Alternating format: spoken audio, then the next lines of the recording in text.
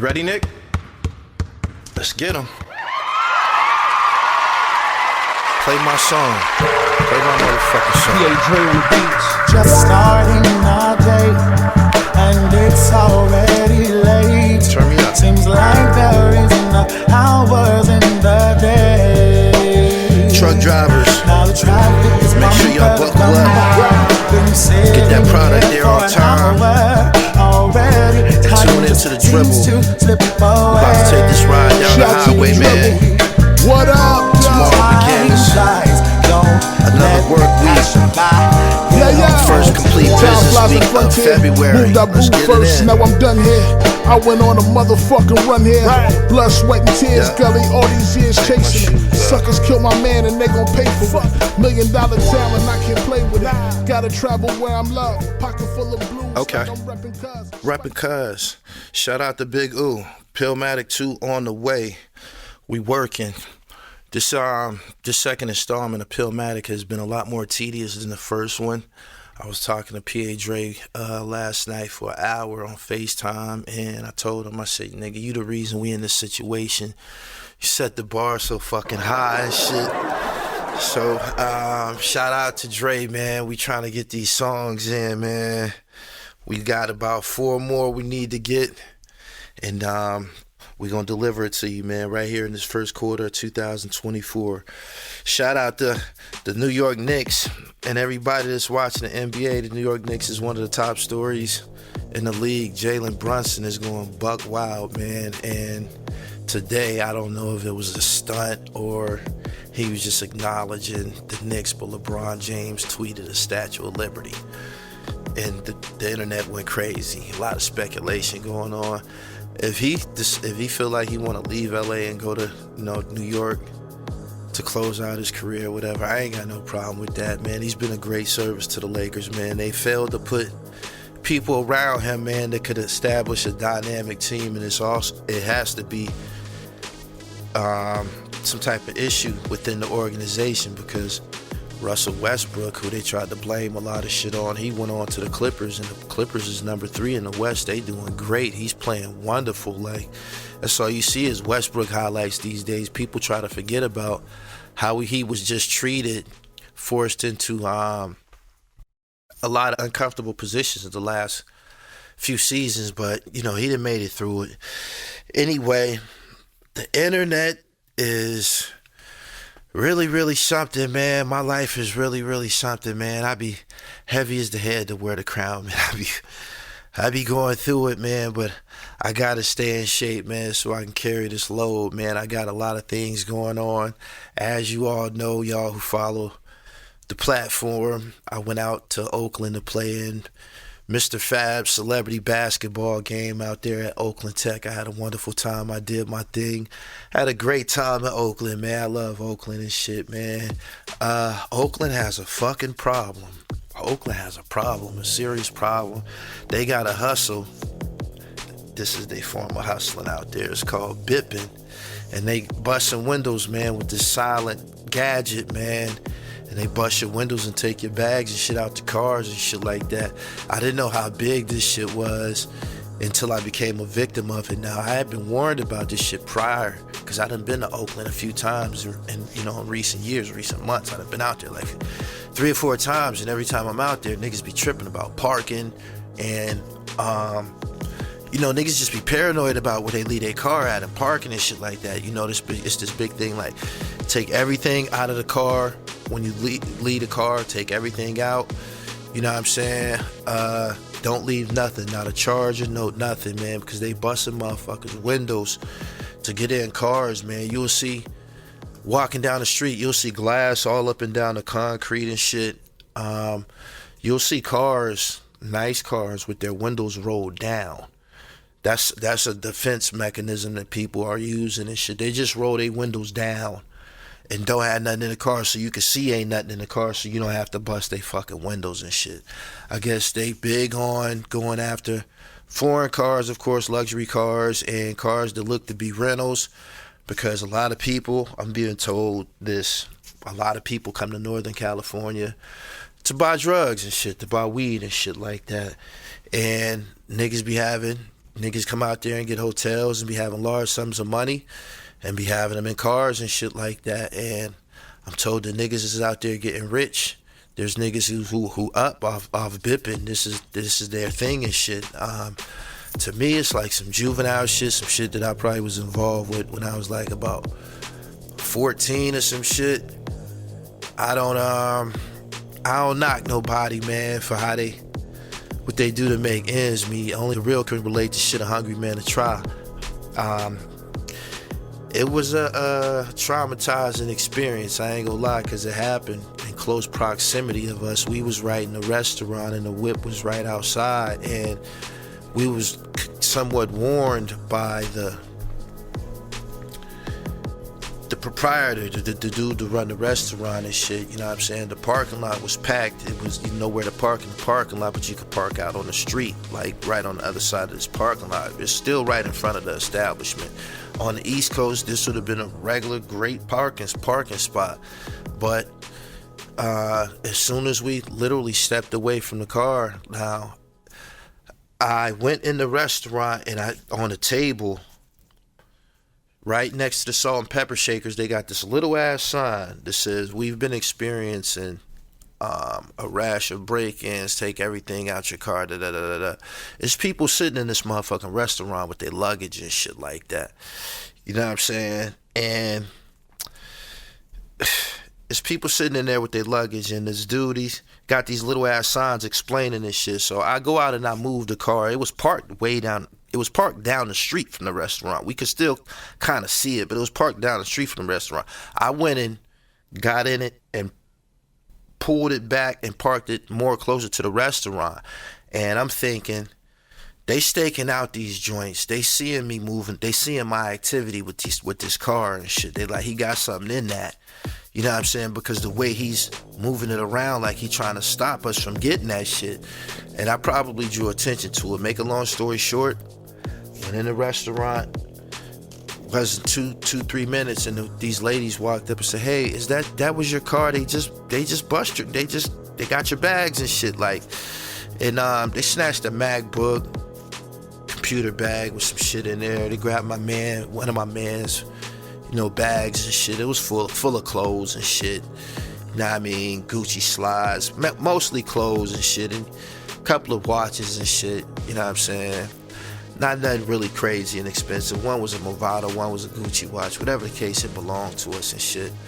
But after we, got back to our hotel and we was on our way home and shit like that, we we concurred, man. They got our clothes and shit. You know what I'm saying? Like, they got our clothes, man. They got our clothes, man. I don't know whether I should I be flattered or what. You know what I'm saying? That they went through those extremes to get our clothes and shit. But in my man's bags was a lot of PA knits, a lot of knittage and shit, a lot of fly ski masks and shit like that. We had just did a photo shoot, so I was just saying, to the Bippers, you niggas out there in Oakland and shit doing that, living like that and shit. Y'all got them ski masks. My website is therealdribble.com. I got more ski masks for you niggas and all types of flavors and shit. Come back to the website and get some of that fly shit. There's somebody on here that's, in Oakland. Y'all, it didn't made it back to y'all that I got licked or whatever, that we got licked. So, and y'all got the computers and shit. It got the computer got stickers on it and shit. Say Dope Air and Gully TV and Dre Beats and y'all know who y'all got. Y'all got, little lights, shit like that. Technical shit. Chargers. Got my, my gadget bag and shit. So y'all know who it is and shit. I'm from the element, man. I understand. I was out of bounds, I guess. The GPS, using the GPS in Oakland could be fatal. For real. If you from out of town and you trying to go get something to eat and you hit that GPS, you don't know where it's taking you and shit. Like, you could be going into a hotbed of bipping and shit. Like, the restaurant was called Buttercups in Oakland. For those who, if you in Oakland and you heard of this restaurant, don't go there. you'll get robbed. They got signs posted talking about they had a rash of break-ins. Break-ins happen when you're not there and shit. You know what I'm saying? When some shit happen in front of you, that's not a break-in. That's a robbery and shit. Motherfucker, you need to be telling your motherfucking patrons you could get robbed here, or you probably could die here and shit. Like, this punk motherfucker should be saying that. I ended up going live in his restaurant. I told everybody who they was, Buttercups. He don't give a fuck about the safety of his patrons because he would have went and got a security guard to play the parking lot and shit like that. That's all it takes is one security guard, out there playing the parking lot, and that probably can, suppress some of that shit. He went on to say that, it was an incident at his spot at this restaurant where they hit a motherfucker car right outside the restaurant, directly outside the restaurant. And the person ran out the restaurant because it's their car. And them niggas drew hammers on them and shit like, man, you better get the fuck back. So if it'll go to that, it could go to murder and shit. So this motherfucker need to be telling motherfuckers, yo, this restaurant is not safe. I know this is the way he feeds himself and his family, but somebody's gonna get murdered at Buttercups. For real, it's not safe to go there. That was a brazen daylight robbery. Like, when a motherfucker just bust your car windows in daylight and start removing your bags and pull off, that's some brazen shit. But the big thing about it is the alarm didn't even go off. The alarm didn't go off. It didn't make a sound. It didn't make a sound. Now, after this shit happened, I went and looked on the internet about the bipping that's going on in the Bay. They call San Francisco Bip City. All the rappers done already rapped about it. This is their culture, 100% their culture. Just like they do what they do in LA with the gangbanging and shit, and Northern California, they bipping niggas and shit. Anyway, it's Bip City. I seen videos of bips, and I gotta say that I was impressed. I was impressed. It was like a magic trick. Like, it's art to this shit, man. Like, I seen a girl do it, yo. And the way that they did this shit, man, this is like, oh my God, this is a nightmare. The bitch is fully covered. Only reason you knew it was a chick because you heard her voice. The bitch is fully covered. They pulled into a parking lot, like a shopping center or something like that, and pulled right up to the specific car. She walked right up to that motherfucker. It was like she snapped her finger. All the glass fell out the motherfucking car. She stuck her hand in that motherfucker, popped the trunk, and went in the trunk and got the luggage and pulled the fuck off. You know what she said? They don't know what they doing. This is what she said. So I'm assuming they probably knew who they was robbing and shit. Or they probably knew the people that they was robbing, but they was like, yeah, they don't know what they doing. So me and my man was having this discussion about, you can't have no hatchbacks and shit like that, or no SUVs where they can see into the vehicle. You gotta put your shit in the trunk. Them motherfuckers bust the window, hit the motherfucking latch, and popped the trunk. But the way they did that, I assume they knew that was there.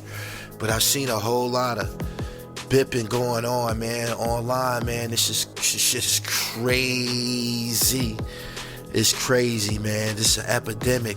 A lot of people say that it's destroying the city. Destroying businesses. People saying shit like that is the reason that the Golden State Warriors got the fuck up out of there and shit. They moved from Oakland to San Francisco. San Francisco, Bip City too, I'm just saying. The Raiders also left Oakland to go to Vegas. Like, the crime and shit is up. The crime is up like a motherfucker, man. And they got these motherfuckers hitting these motherfucking cars.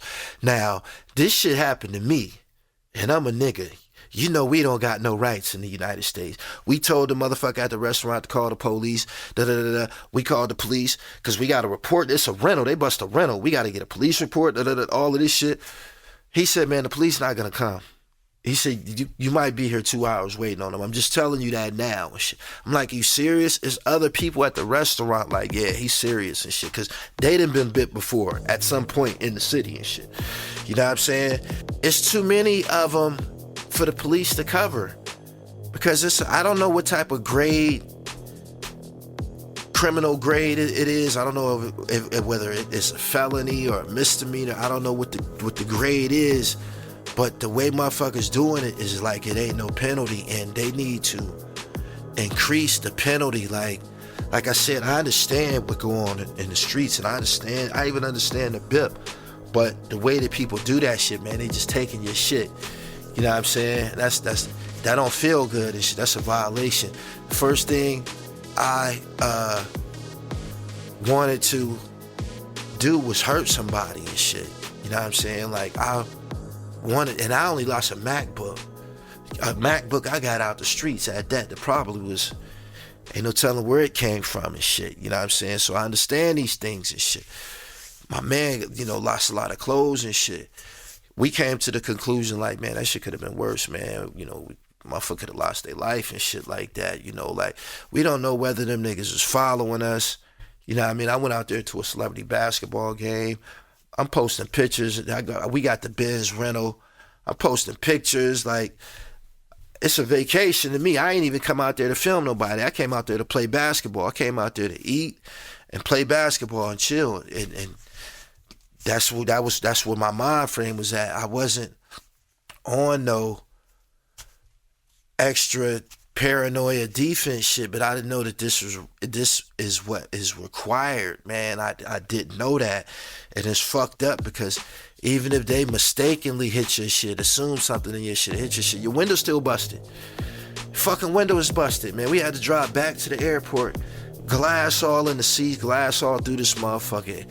You know what I mean? Big ass hole in the back window, big ass hole in the side and shit. Like they broke 2 windows. Like, this is like a barbaric act on the East Coast, man. Like, to bust a motherfucker's windows in broad daylight that you don't know and just start removing shit, that's brazen as a motherfucker. I'm like, man, I hope the next nigga to do that shit get bodied. You know what I'm saying? I hope a nigga get hit like what's the way little J-Rock got hit on the fence in South Central when he grabbed the radio and shit and was breaking out. Motherfucker need somebody's child. An example has to be set, or an example has to be set. I heard this shit is happening in Atlanta now. This is spreading and shit, and it's some internet shit. Because once it come viral, it's out of control. Like that shit is, how the Kia boys, they just had some niggas stealing Kias all over the United States. That shit went crazy once it made it to TikTok and shit. And this BIPPING shit, man, it's in the Bay. Some people say it's in Atlanta now, but when they get hip to this, man, it's just gonna fuck up. It's gonna make society bad, man, because it's an inconvenience, man. Come back to your whip and your glass is all busted the fuck out and shit. Like, you gotta take everything out of your car, man. Like, these niggas did this shit. They was respecting no laws. They said the people that hit us, because we didn't see them, these ladies did, said, oh, it was a gray Acura. No license plate on the front or back. You know what I'm saying? Like, pulled straight up, took care of their bit. These niggas is like lurking around and shit, man, without license plates. And this shit is crazy, man. But after I got an understanding of it, my man was like, bro, niggas is rich from the BIP. Like, motherfuckers be coming to the Bay, man, trying to buy 100 pounds. Niggas be having 50, 60,000 and shit in their cars and shit like that. Motherfuckers then came up. It's stories about niggas who didn't jackpot, you know what I'm saying? But yeah, I became a victim of the BIP. That's something that made me very, very uncomfortable, man. Things happen for a reason and shit, man. I gotta continue to tighten up my game when traveling and shit, man. Like, that shit didn't feel good at all. It didn't, man. Like, that shit did not feel good. But this what's going on out there. What's going on over here is all this noise upstate New York. I have to talk about this shit. A lot of noise upstate. Shout out to Rochester.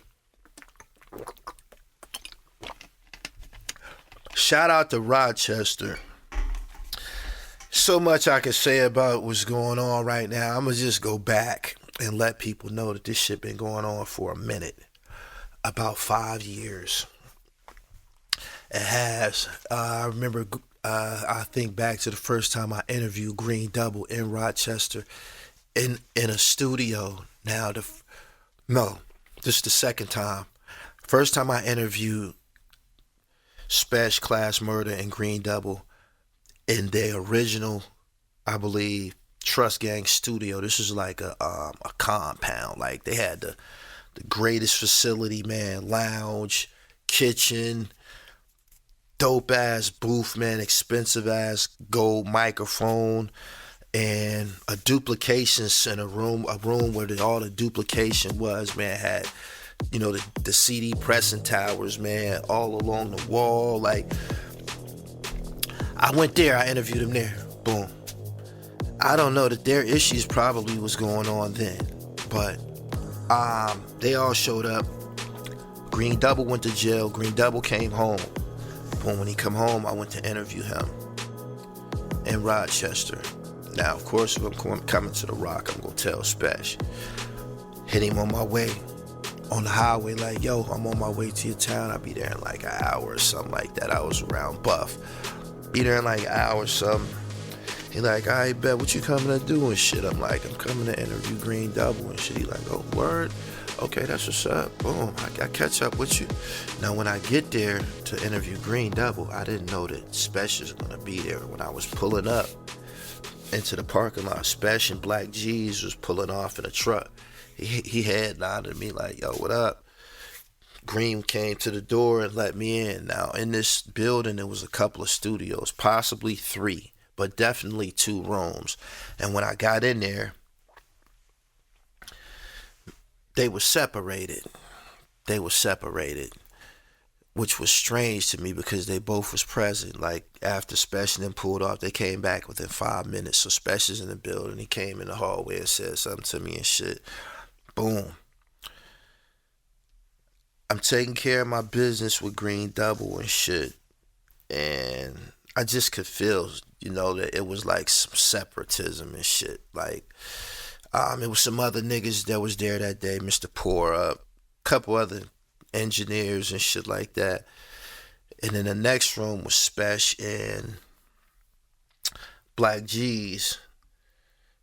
And it took me a couple of minutes, maybe like 20, 30 minutes to start feeling awkward. Because, you know, if you come to interview somebody, you would, of course, they MCs, they in the same group, you would want to get them on camera together. We're in the same building, just Spesh in the next room and shit. And I don't even think the door is closed and shit, like, because niggas is moving in and out. There's people going back and forth between the studios. They just not. Green staying in his room, and Spesh is staying in the other one. At no point did they do any of that. And I'm picking up on this shit. I'm like, damn, what's going on and shit. You know, I'm like, you know, I'm thinking that these niggas is homies and shit. Like, you know what I mean? I don't even know that. I believe they from 2 different parts of Rochester and shit. But I'm like, damn. So I would go and interview Spesh, and he would ask me what's up with Green, and when I was interviewing Green, he would say what's up with Spesh. This was crazy as hell, all going on in the same building and shit. I'm like, you know, we working and shit, working, you know, I was trying to stay the fuck out of whatever the fuck that they was going on. I was trying to get my footage and be the fuck out. Boom. So I'm just sharing all this to say that this shit was going on a long fucking time. Now, a thing that I want to point out that in a conversation that I had with Spesh that people don't know about that I should point out is something that he told me was the day that the Trust Gang Cypher was shot. He told me the day that the Trust Gang Cypher was shot, that was his first day meeting Green Double. And that was his first time being in the studio with G Money Bags. Like, that was his first time being in the studio with both of them and shit. So he was like, you know, people would look at the Trust Gang video Cypher and think that we was a group, like we was all together. And he was like, that wasn't the case. We had just started coming around each other that day.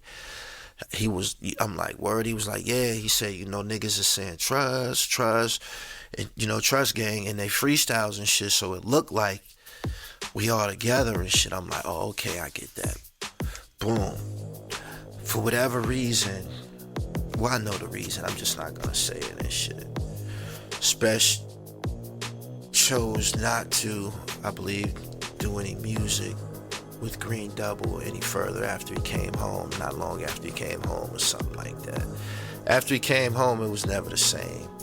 I want to point out that Spesh told me that he didn't have any malicious intentions with Green Double. He said because I went to visit him in jail. Spesh said he went to visit Green in jail. So that's neither here nor there. In recent years, there's been a lot of diss records directed at 38 Spesh. A lot. They just come from all different type of angles. Sometimes it'll take me a while to find them because they got to get into the search engine. Some of these artists, they're not really known online or like that, so it takes a little bit of time for their video, their diss record, to attach itself to 38 Spesh content, and that's the point when we'll start seeing it. So you got a lot of diss records going on and shit. Uwap, guy named Uwap, I heard him. He's nice. He got a lot of history with him. Mugavelli, who also is respected. From what I'm hearing, is very respected. You know, known as a hustler, drive, you know, fancy cars and shit, and been doing music for a minute in Rochester and in Florida. Got songs with, I think, Rich Homie Quan and these different, you know, kind of A-list artists from down south. So he has a pretty decent resume of his own. So you got him, and then you got this Black G's situation. The Black G's situation, I think them niggas is probably, from what I seen, them niggas was close on some type of level. And whatever happened, it upset Black G's. It's turned to diss records and shit like that. I think he's on his second one. Him and Hovanisi just dropped another one, and I interviewed Hovanisi. I tried to get the gist of what his issue was, and he said that him and Spesh had something about a female. I ain't going into that shit. You can go to YouTube and watch that video. Boom. I listened to an interview that Black G's did with Mike Powers. Shout out to Mike Powers. And he was explaining that it was some type of disrespect, or he didn't like the way that Spesh talked to him or something like that. Something like that, some type of disrespect. And he feels that he can approach it musically. Whatever. I did my dialogue on what I felt was going on upstate New York. I said I called it how I felt. The Trust Gang situation was first. Griselda kind of took over in Buffalo. They kind of took over. Benny was Trust Gang, and then he went back to Griselda. Them is his cousins. No harm, no foul. I just brought people up to everything that happened, and because of my coverage of this, of course, it got the attention of Spesh, who I hadn't spoke to in probably like a year or something like that, a little over a year or something like that. Boom, he hit me up. Yo, call me.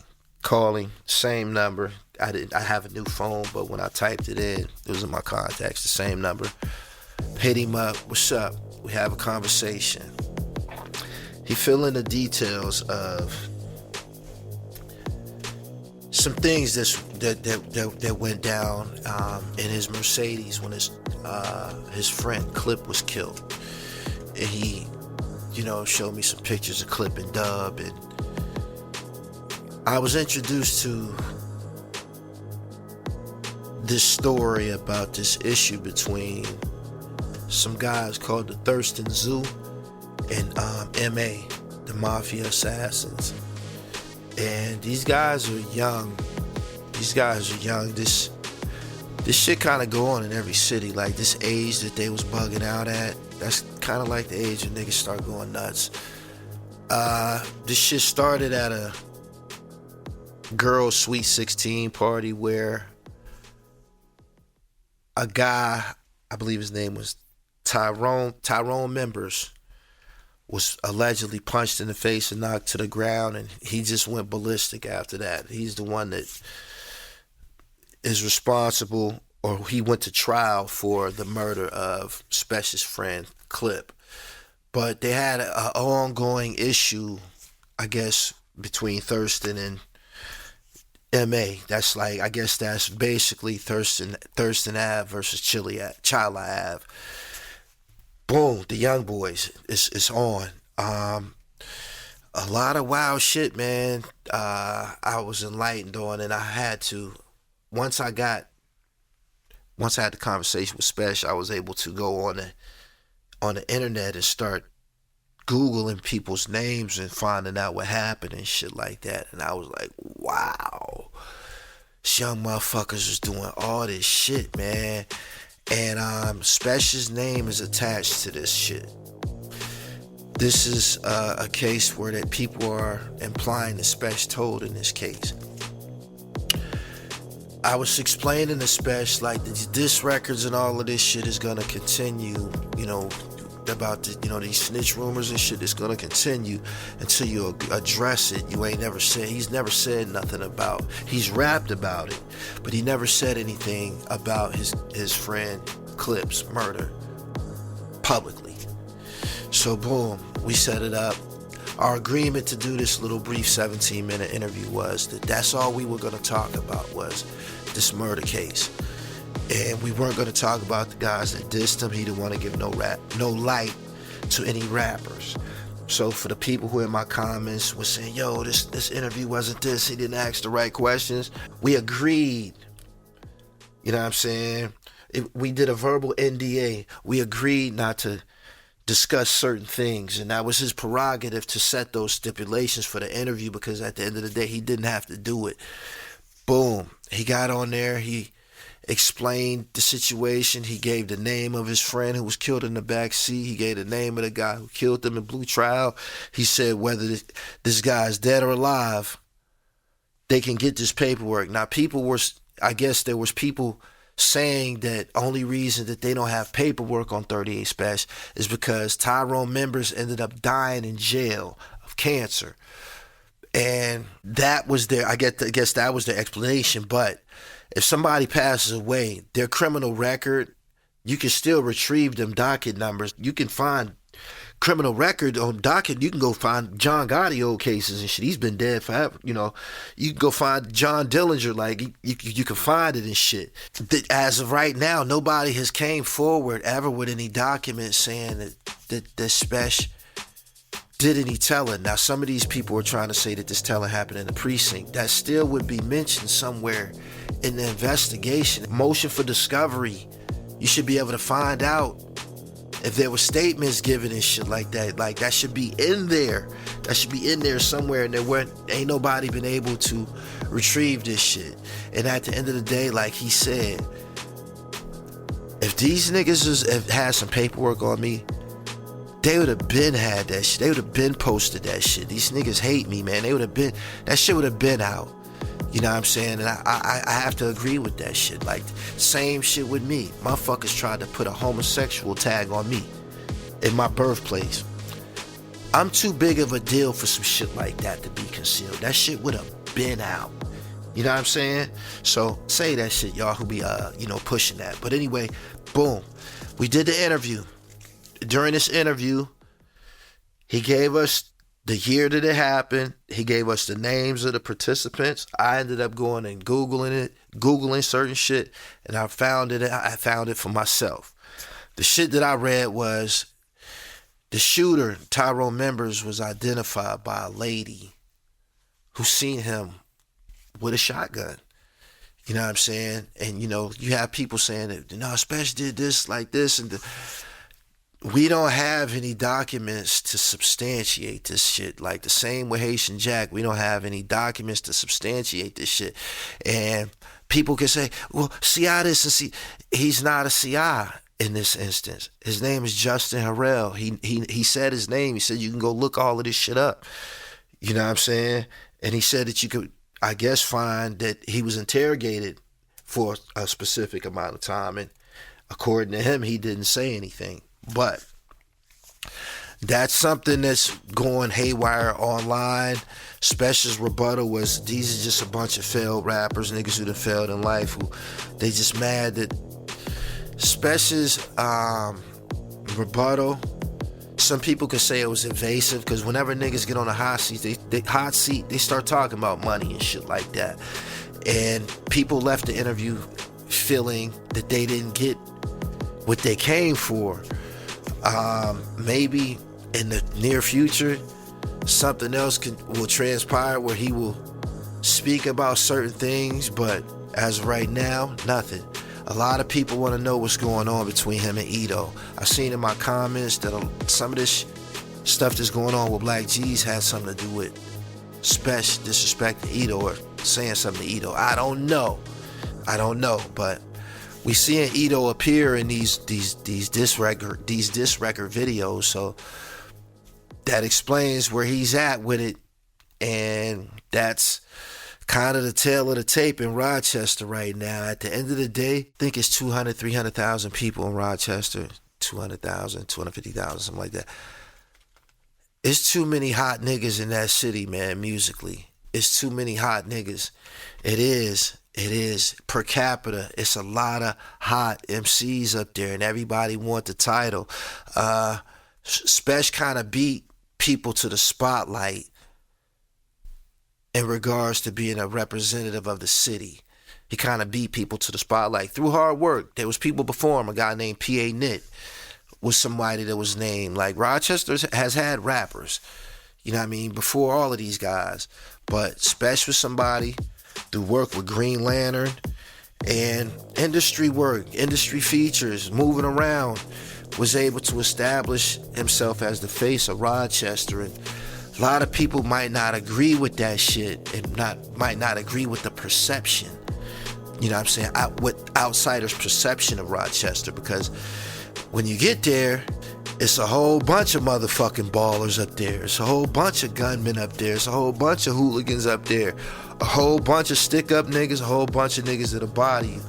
In Rochester, this is for real. Like, this is a very, very serious city. And niggas want their acknowledgement too. Like, you know, especially from the west side, you got niggas from other parts of the city. Like, man, we get it in too. Like, that nigga ain't like that or whatever and shit. But it's coming to a head. I seen this.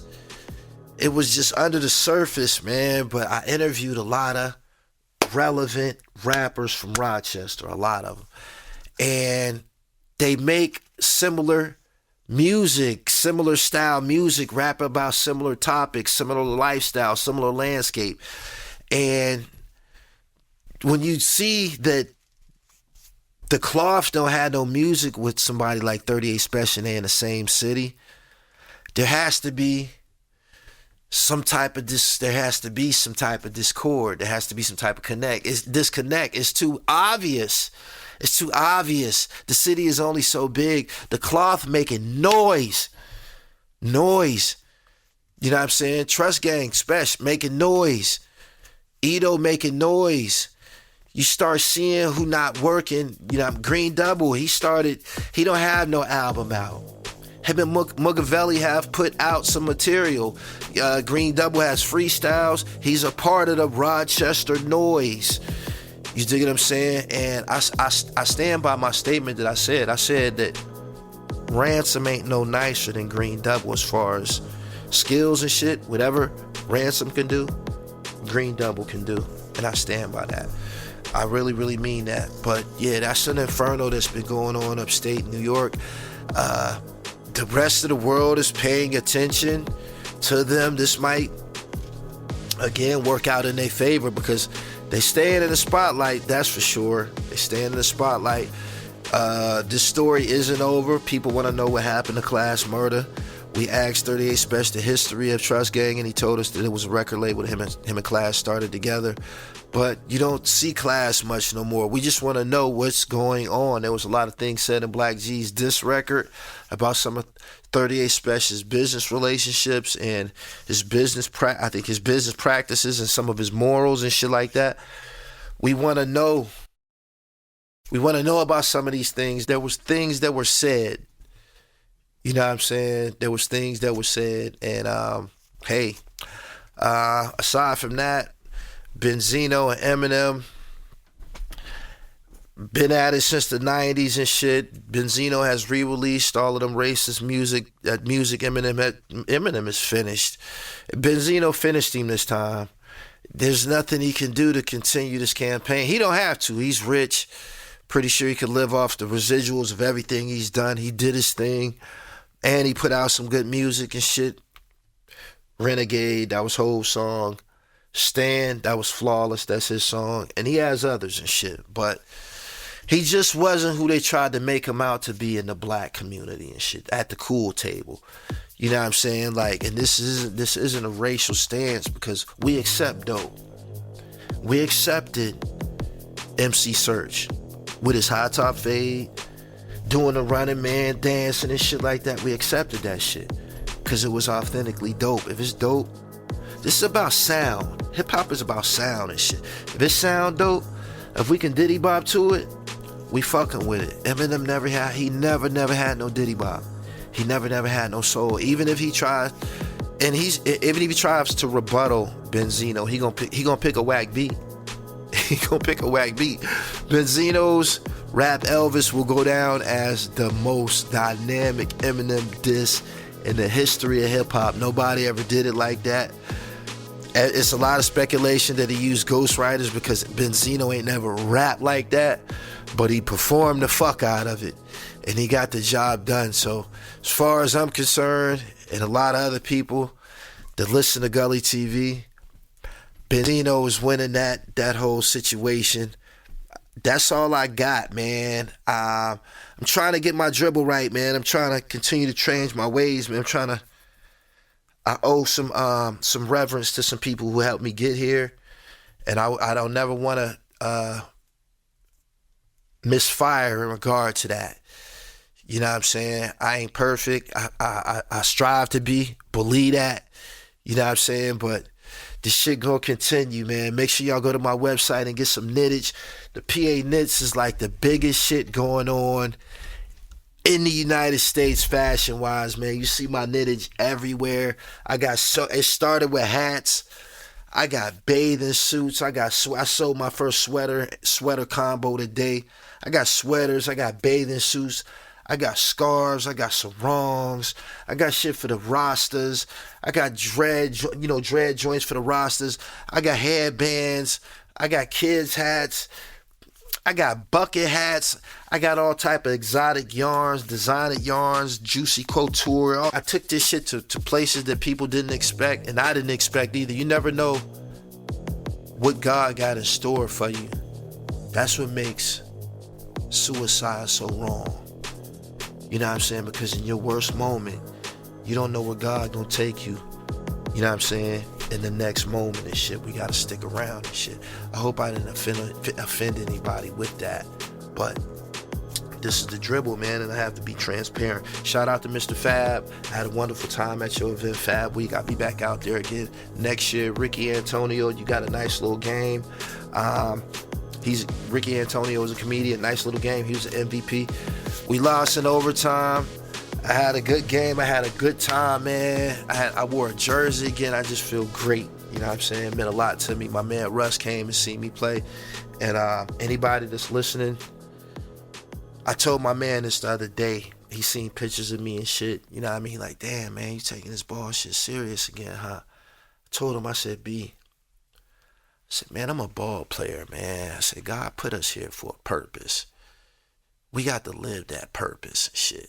You know what I'm saying? I didn't come here as no criminal, no gangster, not even a hustler. I was just Jamil. And the first thing that I loved in this world, besides my mama, was my basketball. So that's what it is. Nick, turn me up, man. Pillmatic 2 on the way. Shout out to everybody who been supporting. I'm about to roll up my L, man. I killed this shit, but I ain't been around for a minute. Nick, play my music, man. I'm up out of here, man. Peace, truck drivers. Hold your boy down, man. Make sure y'all go to the website, man. Y'all traveling across the country. Put some knittage on your head, man. Take a picture in the cockpit. Send it to the dribble, man. Fuck with your boy, Joe Mule. Joe Mule Trucking. I see you. I'm up out of here, man. Peace. neighbors turn to enemies. Homies gone, all we got is memories. I'm selective where I get my energy. Smiling on the outside, on the inside, shit be killing me.